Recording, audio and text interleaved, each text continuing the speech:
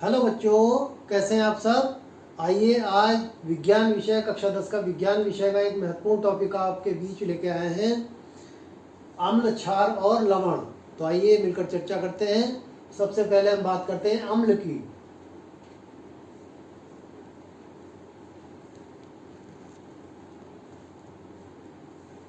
बच्चों, अम्ल किसे कहते हैं?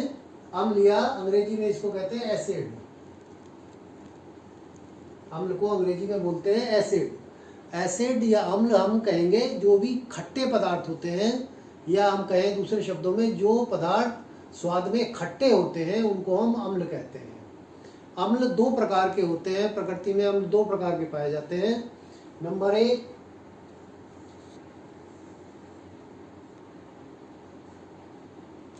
कार्बनिक अम्ल।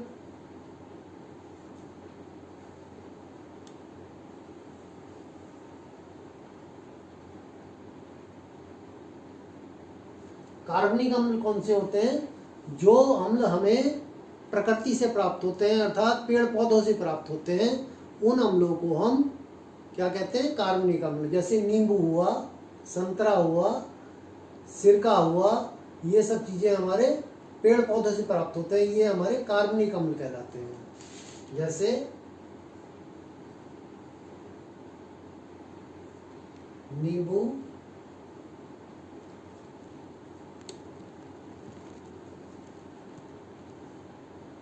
सिरका,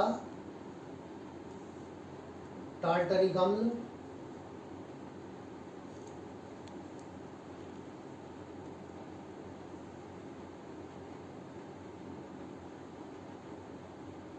आदि पेड़ पौधों से मिलने वाले, पेड़ों से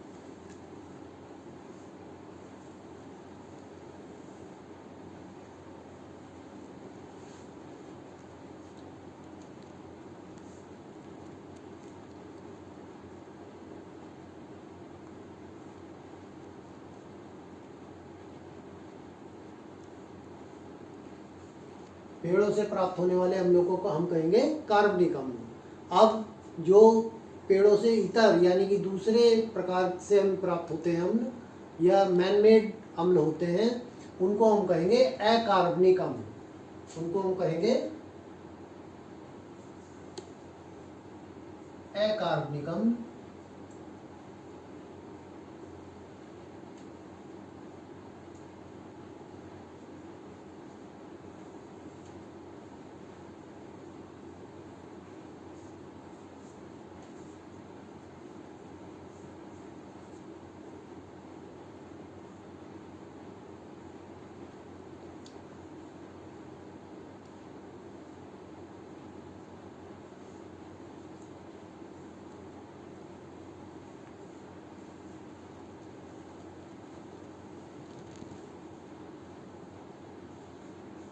जैसे हाइड्रोक्लोरिक अम्ल, H2SO4, गंधक का अम्ल या शोरे का तेजाब इत्यादि इत्यादि। इसको अम्लों को हम तेजाब भी कहते हैं। अम्ल को हम तेजाब भी कहते हैं। उर्दू में, उर्दू भाषा में अम्ल को तेजाब कहते हैं, अंग्रेजी में इसको एसिड कहा जाता है। अब बात विज्ञान की हो रही है, तो आइए बात करते हैं सिद्धांत की। एसिड का सिद्धांत किसने दिया? किस वैज्ञानिक ने अम्लों का सिद्धांत प्रस्तुतिकरण किया? किसने अम्लों की अवधारणा प्रस्तुत की? उसके बारे में चर्चा करते हैं। तो सबसे पहले हम सिद्धांत की बात करें तो अम्ल के संबंध में जो सिद्धांत सबसे पहले प्रतिपादित किया वो किया स्वीडिश वैज्ञानिक आरहेनियस ने। स्वीडिश वैज्ञानिक आरहेनियस।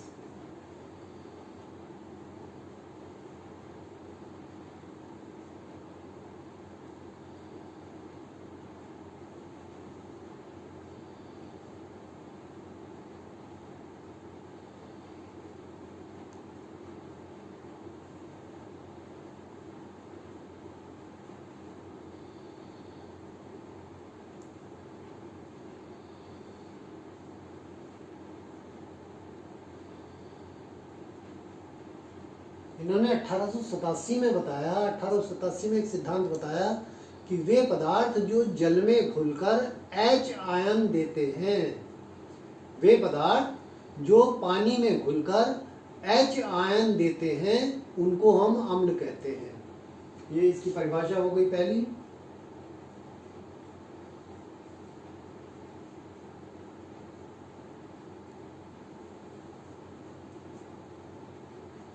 वे पदार्थ जो जल में घुलकर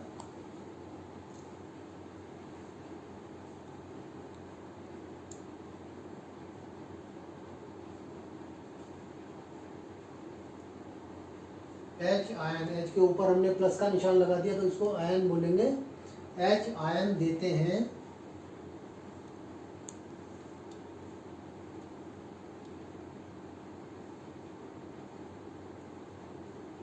उन्हें अम्ल कहते हैं, उन्हें अम्ल कहते हैं।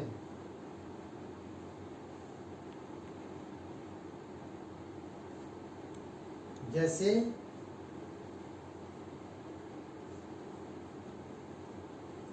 HCl, H2SO4, HNO3 आदि।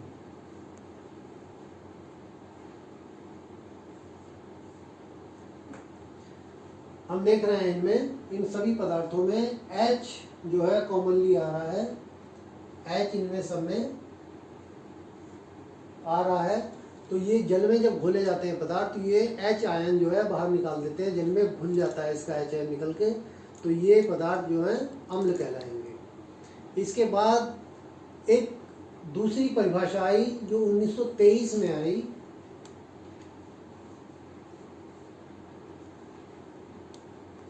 ब्रॉनस्टेड व लॉरी।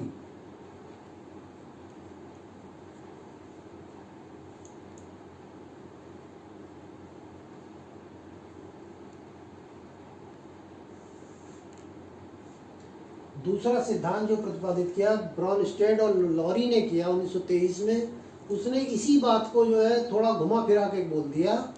यहाँ पर तो क्या था, H आयन देते हैं, यानी कि आप H आयन जानते हैं, जो H आयन होता है, हाइड्रोजन का आयन जो होता है 1H1 होता है। इसमें इसके जो न्यूक्लियस है, न्यूक्लियस में केवल प्रोटॉन होता है, न्यूक्लियस में केवल प्रोटॉन होता है।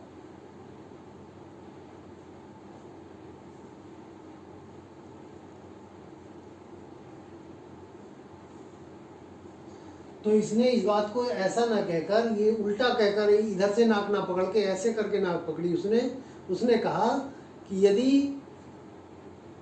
जो पदार्थ जल में घुलकर प्रोटॉन देते हैं, H आयन ना कह के उसने कहा जो पदार्थ जल में घुलकर प्रोटॉन देते हैं वो पदार्थ अम्ल कहलाते हैं। तो बिल्कुल हूबहू ये पहली वाली परिभाषा को ही इसने डिटो किया, पहली परिभाषा को ही उसने थोड़ा सा घुमा फिरा कर प्रस्तुत कर दिया, यानी कि वे पदार्थ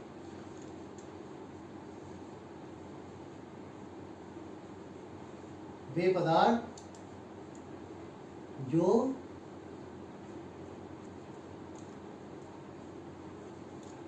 प्रोटॉन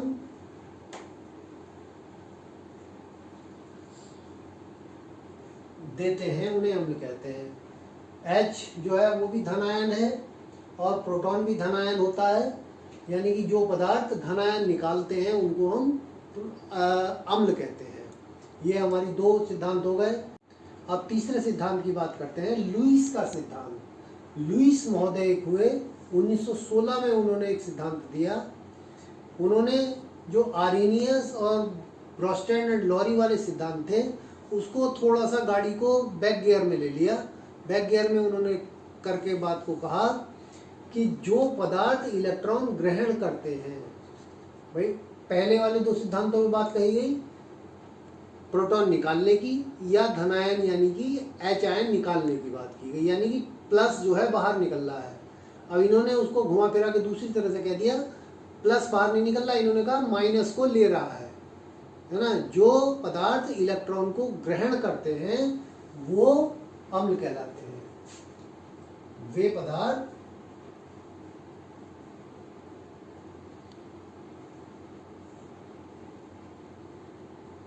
जो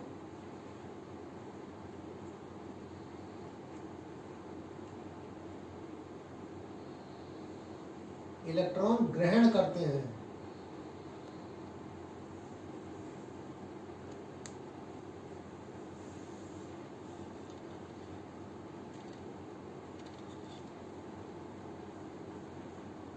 उन्हें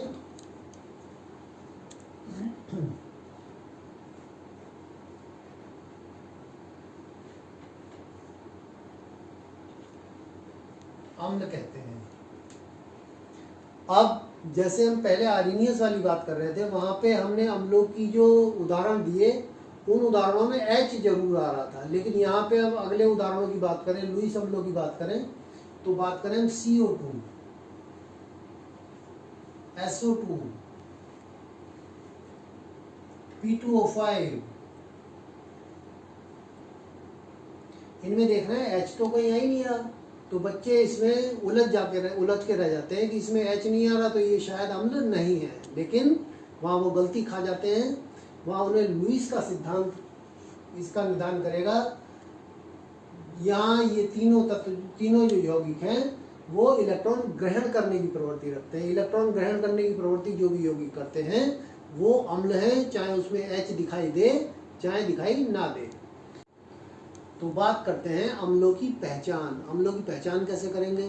तो आप कहेंगे कि सर आपने बताया अम्ल तो खट्टे होते हैं, स्वाद चख के बता देंगे, लेकिन बिल्कुल नहीं, कतई नहीं करना इसको, ये बहुत घातक भी हो सकता है। कुछ अम्ल तो बहुत हल्के प्रवृत्ति के होते हैं और कुछ अम्ल बहुत तीव्र प्रकृति के होते हैं, जिनकी प्रक्रिया, जिनकी जो रिएक्शंस हैं वो बहुत ज़्यादा खतरनाक होती हैं और वो आपकी बॉडी को, आपके खाल को, आपकी जीभ को नुकसान भी पहुंचा सकती हैं।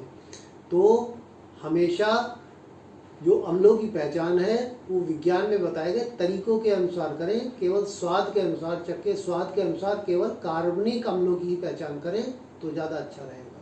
तो बात करते हैं हम अम्लों की पहचान करने के लिए जो पदार्थ काम में लाए जाते हैं उसको हम कहेंगे सूचक।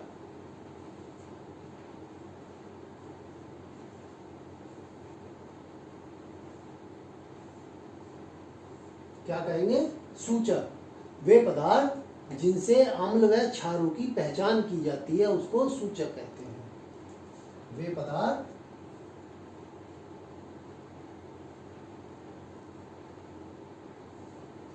जिनसे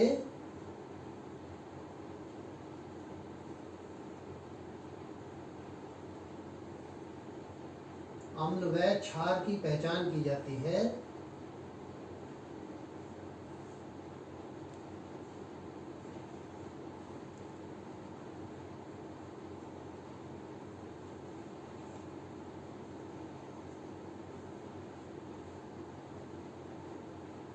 उन्हें सूचक कहते हैं।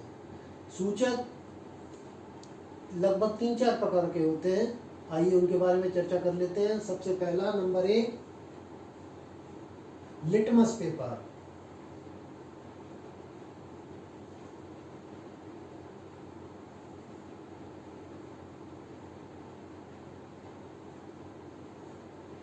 लिटमस पेपर बच्चों 2 प्रकार के पेपर होते हैं, आइए हम इसको देख लेते हैं। ये इस प्रकार की पट्टियाँ होती हैं, ये नीला लिटमस, इसको देख सकते हैं, नीले रंग की पट्टियाँ हैं छोटी छोटी कटी हुई है। ब्लू लिटमस इस पे लिखा हुआ है, देख रहे हैं आप, ब्लू लिटमस। ये बाज़ार में मिल जाती है, जो वैज्ञानिक उपकरण है उनकी दुकानों पर। ये नीले रंग की छोटी छोटी पट्टियाँ हैं, छोटी छोटी पेपर की कतरन है नीले रंग की। ये केमिकली प्रक्रिया से गुजार कर जो है तैयार की गई है। नीला लिटमस होता है और दूसरा होता है लाल लिटमस। ये एक दूसरा प्रकृति का होता है लाल लिटमस। तो इन लिटमस पेपर की सहायता से हम अम्ल व क्षारों की पहचान करते हैं। तो सबसे पहले हम बात करते हैं नीले लिटमस की। नीले लिटमस से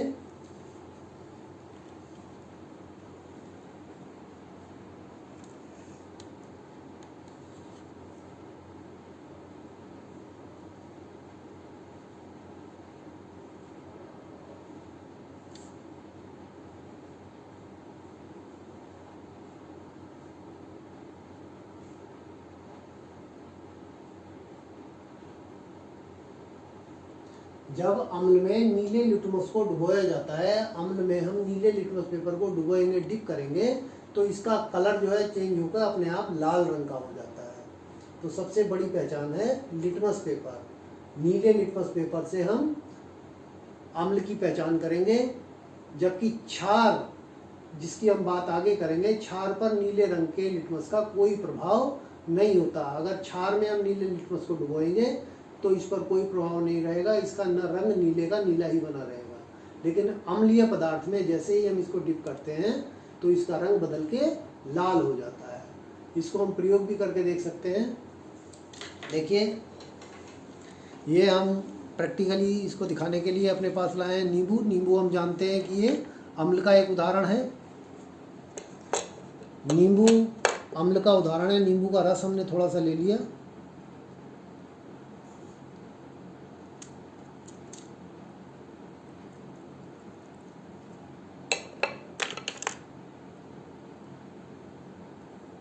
ये नींबू है, देखिए प्योर नींबू है। इसको हमने अगर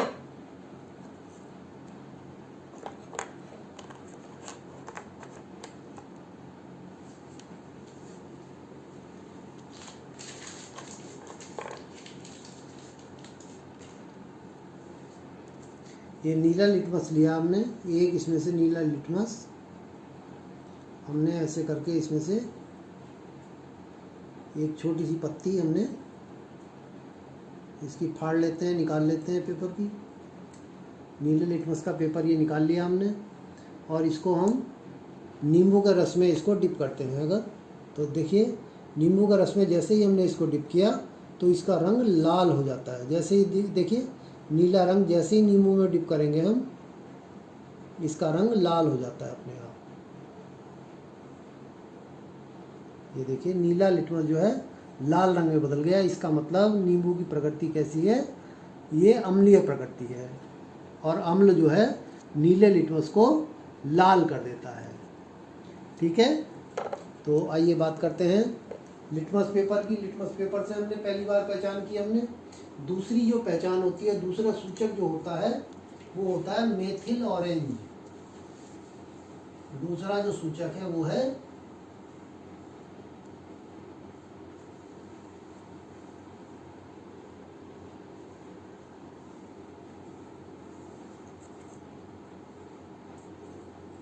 मेथिल ऑरेंज। मेथिल ऑरेंज एक केमिकल होता है। इसका प्रैक्टिकल आपके यहाँ कोर्स में नहीं है, लेकिन इसके बारे में आपको बता दूं, इसकी थ्योरी इसके बारे में आपको समझा दूं। मेथिल ऑरेंज को जब अम्ल में डुबोया जाता है तो इसका रंग गुलाबी हो जाता है। मेथिल ऑरेंज एक केमिकल होता है, मेथिल ऑरेंज। इसको जब अम्ल के अंदर डुबोया जाता है, डिप किया जाता है या मिलाया जाता है, तो मेथिल ऑरेंज का कलर जो है वो बेटा गुलाबी रंग का हो जाता है। मेथिल ऑरेंज प्लस अम्ल अगर मिलाएंगे इसमें हम,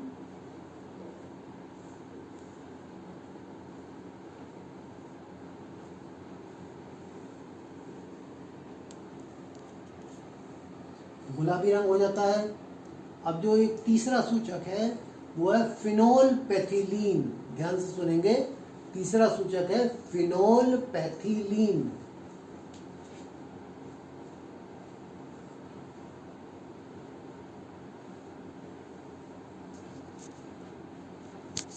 फिनोल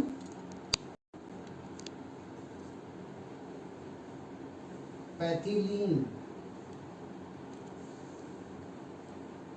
फिनोल पैथिलीन में, फिनोल पैथिलीन भी एक लिक्विड होता है,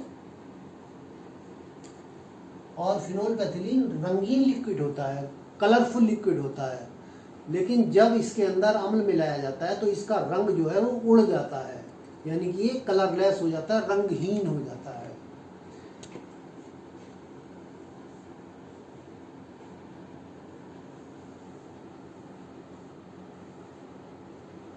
फिनोल पैथिलीन अम्ल में मिलाने पर रंगहीन हो जाता है, कलरलेस हो जाता है।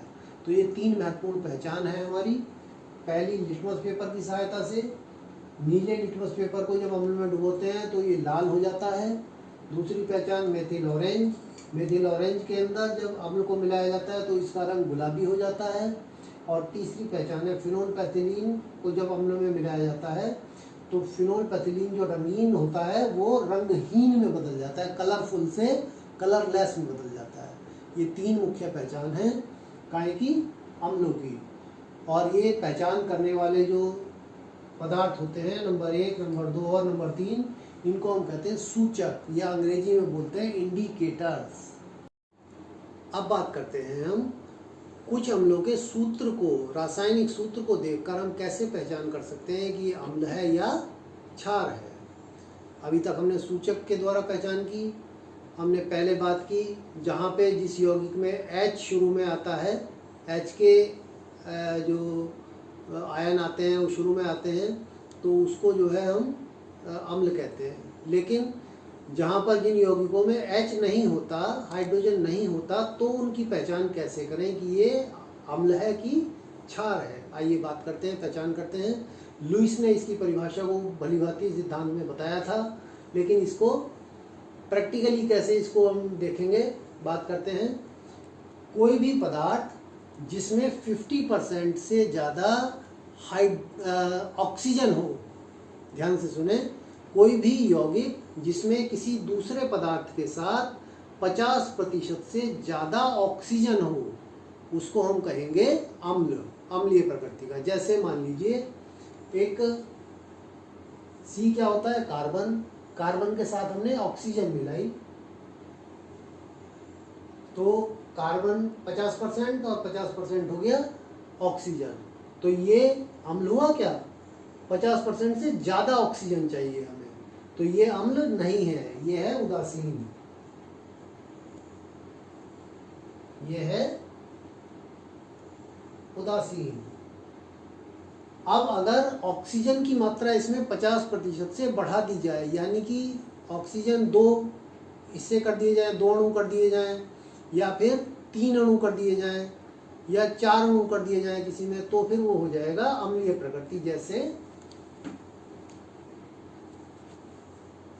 CO2, तो CO2 में ऑक्सीजन जो है 50% से अधिक हो गई, या इसको सिंपल शब्दों में ऐसे भी कह सकते हैं हम, ऑक्सीजन अगर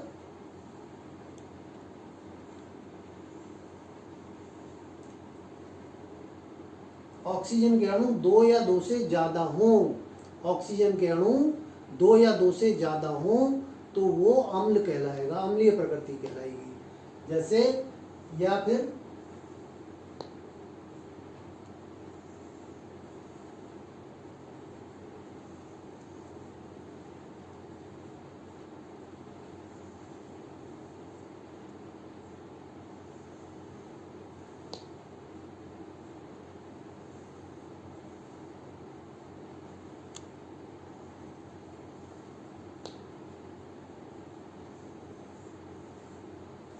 पचास प्रतिशत से अधिक ऑक्सीजन होने पर वो अम्लीय प्रकृति हो जाती है, यानी कि CO2 जो है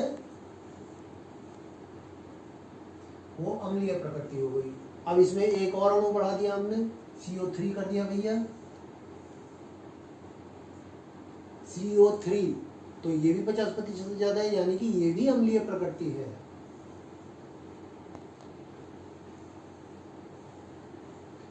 तो देखिए कितनी आसान पहचान है ना। H आने पर भी हम पहचान कर सकते हैं। यदि किसी यौगिक के शुरू में H आ रहा है तो हम पहचान कर सकते हैं कि ये अम्ल है। यदि उसमें O आ रहा है और उसके अणु 50% से ज़्यादा हैं तो भी हम पहचान कर सकते हैं कि ये अम्ल है। आइए अब बात करते हैं हम pH स्केल या pH पैमाना।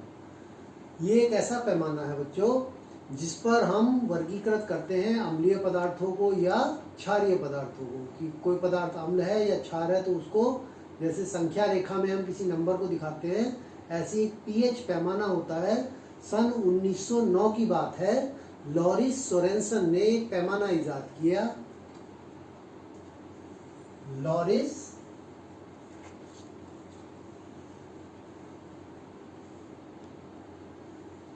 सोरेनसन,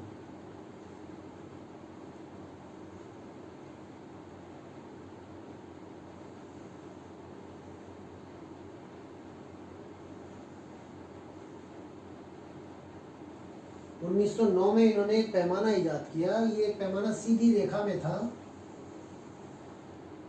और 14 हिस्सों में बटा हुआ था। यहाँ से इसको बांटा हमने, 0, 1, 2, 3, 4, 5, 6, 7, 8, 9, 10, 11, 12, 13 और 14। इसको पैमाने को 14 हिस्सों में बांटा और इसका जो बीच का 7 नंबर था, 7 नंबर दिया उदासीन पदार्थों को।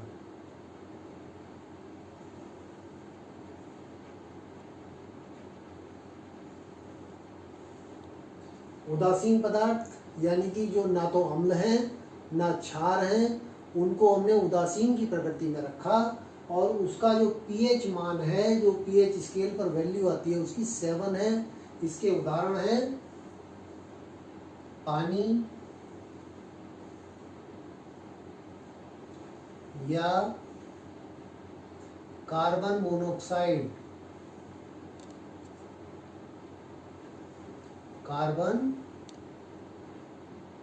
मोनोऑक्साइड,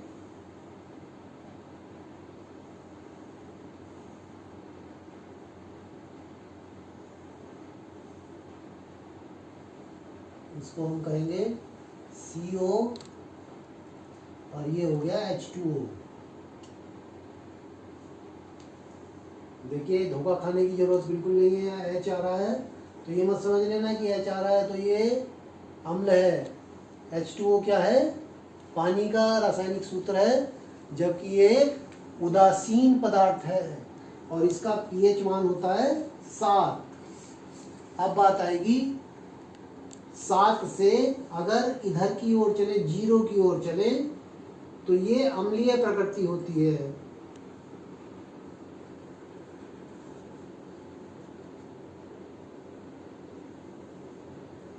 सात से अगर 0 की ओर चलेंगे तो ये अम्लीय प्रकृति कहलाएगी और अगर 7 से 14 की ओर चलेंगे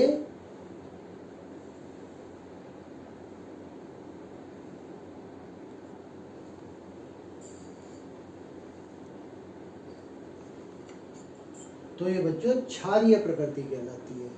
अब बात करें अगर हम प्रबल अम्ल और प्रबल क्षार की, जैसे जैसे ये 7 से 0 की ओर आते हैं तो अम्ल की प्रबलता बढ़ती चली जाती है, अम्ल की तेजी, उसकी कंसंट्रेशन बढ़ती चली जाती है। यानी कि यदि किसी की अम्ल की जो पीएच मान है वो 6 है तो वो हल्का अम्ल होगा, दुर्बल अम्ल होगा। और अगर किसी अम्ल की जो पीएच वैल्यू है वो 1 है तो वो प्रबल अम्ल कहलाएगा। ठीक है, ये हो गए दुर्बल अम्ल।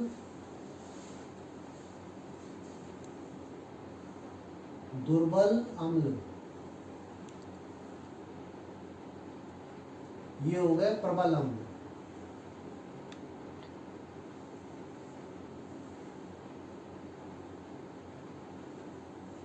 इसी तरह से जब क्षारीय प्रकृति बढ़ेगी तो क्षारीय प्रकृति में इधर दुर्बल क्षार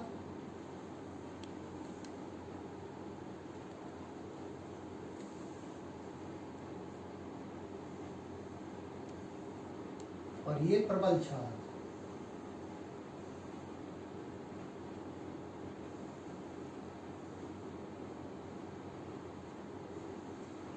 ये हमारा पीएच पैमाना होता है। इस पे हम अम्लीय प्रकृति को और क्षारीय प्रकृति को और उदासीन प्रकृति को हम जो नंबर प्रदान करते हैं उसको हम पीएच मान के नाम से जानते हैं, पीएच स्केल के नाम से जानते हैं। पानी का पीएच मान कितना होता है बच्चों? 7। ये बहुत महत्वपूर्ण क्वेश्चन है। पानी और कार्बन मोनोऑक्साइड का पीएच वैल्यू कितनी होती है? 7। और गंधक का तेजाब जो होता है हमारा, गंधक का तेजाब जो बैटरी में डाला जाता है उसकी पीएच वैल्यू कितनी होती है? उसकी पीएच वैल्यू होती है 2 से 3 के बीच। जो हमारा खून होता है,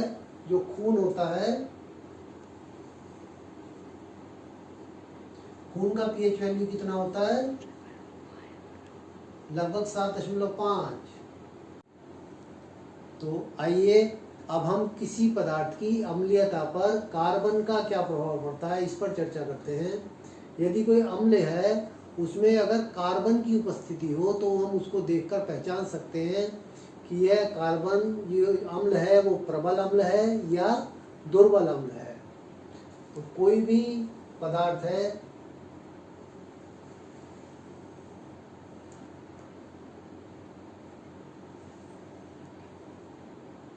उसमें कार्बन जितना अधिक होगा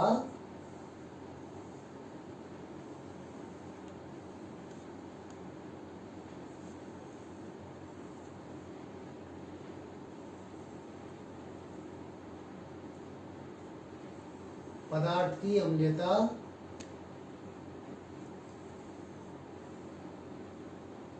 या पदार्थ की अम्लीय प्रकृति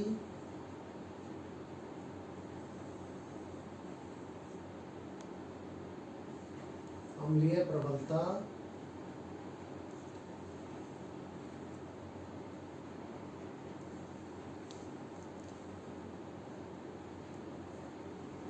घटती है।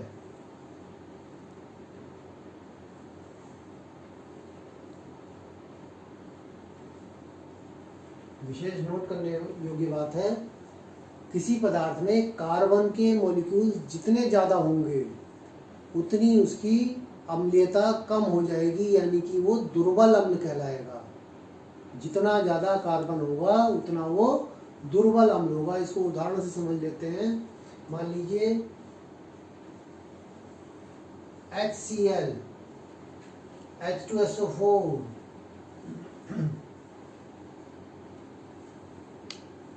HNO3 और CO2 या CH3 COOH। ये हमने 4-5 उदाहरण दिए हैं। इसमें ध्यान पूर्वक देखें सी कौन कौन से में है, कौन कौन से यौगिक में कार्बन आ रहा है। तो इसमें कार्बन नहीं है। ये Cl कंबाइंड होता है, क्लोरीन है। H2SO4 इसमें भी कार्बन नहीं है। HNO3 इसमें भी कार्बन नहीं है। CO2 इसमें कार्बन और ऑक्सीजन मिली होती है। ये दुर्बल अम्ल है। कैसा है?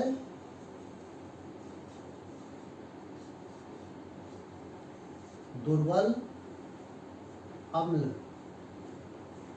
ऐसे ही CH3COOH में भी कार्बन है, तो ये भी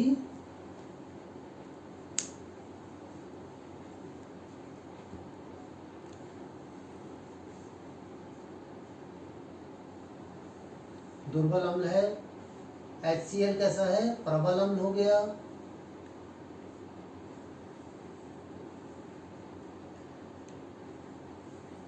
H2SO4 प्रबल अम्ल हो गया।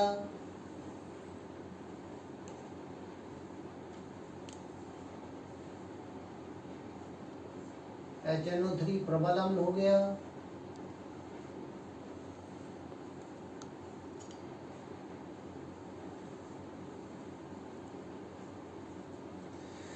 ये हमने पहचान की कि कार्बन की जितनी ज़्यादा उपस्थिति होगी वो पदार्थ उतना ही दुर्बल अम्ल हो जाता है। तो आइए, इस तरह से हमने आज देखा विभिन्न अम्लों को, उनके सिद्धांतों के बारे में, उसकी पहचान के बारे में, सूचक के द्वारा किस प्रकार हम अम्ल की पहचान करेंगे, कार्बन का उसकी अम्लीयता पर क्या प्रभाव पड़ेगा, ऑक्सीजन की उपस्थिति का उसकी अम्लीयता पर क्या प्रभाव पड़ेगा। इन बहुत ही रोचक जानकारियों को हमने आपस में साझा किया। अब ये अम्ल, क्षार तथा लवण जो चैप्टर है उसका पहला पार्ट, फर्स्ट पार्ट अम्ल हमने आपके सामने साझा किया, आपके साथ साझा किया। अब अगले भाग में हम क्षार के बारे में विस्तृत चर्चा करेंगे। इसके लिए आप हमारे चैनल को सब्सक्राइब जरूर कर लें। सब्सक्राइब, लाइक और शेयर जरूर कर दें, जिससे कि जो अगला टॉपिक है क्षार या अन्य जो रोचक जो जानकारियां हैं वो हम आप तक पहुंचा सकें और हमारी जानकारी से आप लाभान्वित हो सकें।